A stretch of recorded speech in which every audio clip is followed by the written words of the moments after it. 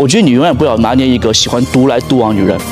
你看，一个女人她如果敢于独处，并能把这个孤独打败，她骨子里藏着什么？全是那种浑然天成的霸气，还有与生俱来傲骨。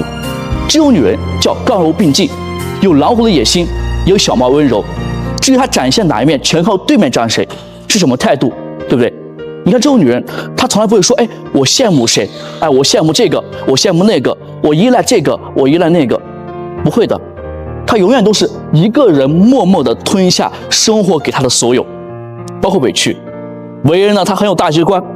曾经她呢有多单纯，多软弱，那么现在她就有多沉稳，多利落。最后她非常清楚自己想要什么，目标是什么，应该放弃什么，应该追求什么，应该往哪里去奔。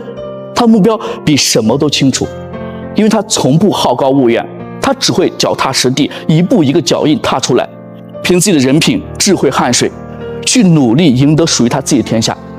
这样的女人，我告诉你，才真正的王者，才真正的女王。我说是你吗？